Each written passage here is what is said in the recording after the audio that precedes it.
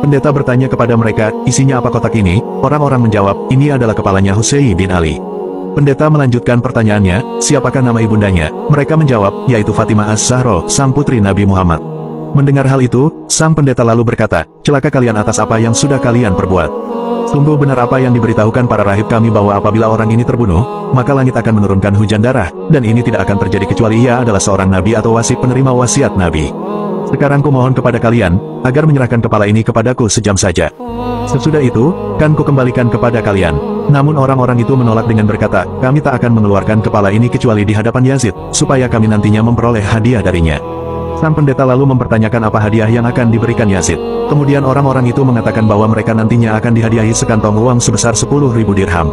Kemudian sang pendeta bersedia mengganti kepala itu dengan uang yang mereka harapkan, asalkan mereka mau menyerahkan kepala Sayyidina Husain itu. Mereka lalu bersedia, dan sang pendeta memberi uang kepada mereka sebesar 10.000 dirham.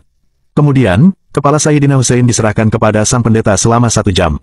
Kepala suci itu lantas pendeta bawa ke tempat ibadah, lalu dibasuh memakai air kembang, dan diberi wangi-wangian. Kepala Sayyidina Husain lalu ditaruh di tempat sujud sang pendeta. Pendeta lantas menangis seraya berkata, wahai Aba Abdillah, sesungguhnya diriku sangat menyesal tak berada di Karbala hingga dapat mempersembahkan nyawaku untukmu. Wahai Aba Abdillah, kapan saja kau bertemu dengan kakekmu, berilah kesaksian bahwa diriku sudah mengucapkan syahadat dan masuk Islam di hadapanmu. Dari sini sang pendeta dan pengikutnya lalu berikrar membaca kalimat syahadat dan memeluk agama Islam, subhanallah.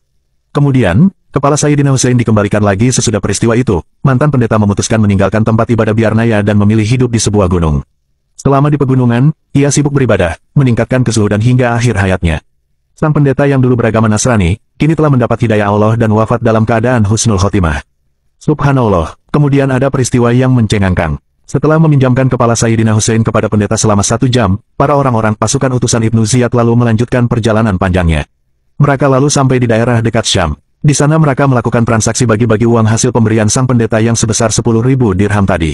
Namun saat uang mau dibagi-bagi, tiba-tiba uang didapati sudah berubah wujud menjadi tanah liat. Terkejutlah mereka. Dalam riwayat lain, dikisahkan bahwa sang pendeta sempat berkata kepada jenazah kepala Sayyidina Husain, wahai kepala pemimpin alam semesta, diriku menyangka engkau adalah bagian dari orang-orang yang telah Allah gambarkan dalam Taurat dan Injil dan telah diberikan keutamaan tawil olehnya. Karena para pemimpin Bani Adam di dunia dan di akhirat menangisimu, aku ingin mengenal nama dan sifatmu. Kepala Sayyidina Husain kemudian menjawab, sayalah orang yang teraniaya. Sayalah orang yang bersedih. Sayalah orang yang berduka. Sayalah orang yang dibunuh oleh pedang kezaliman. Sayalah orang yang dizalimi dengan perang melawan orang durhaka. Ini sayalah orang yang dengan tanpa dosa, hartanya dirampas. Sayalah orang yang dicegah untuk mendapatkan air. Sayalah orang yang diusir dari keluarga dan negerinya.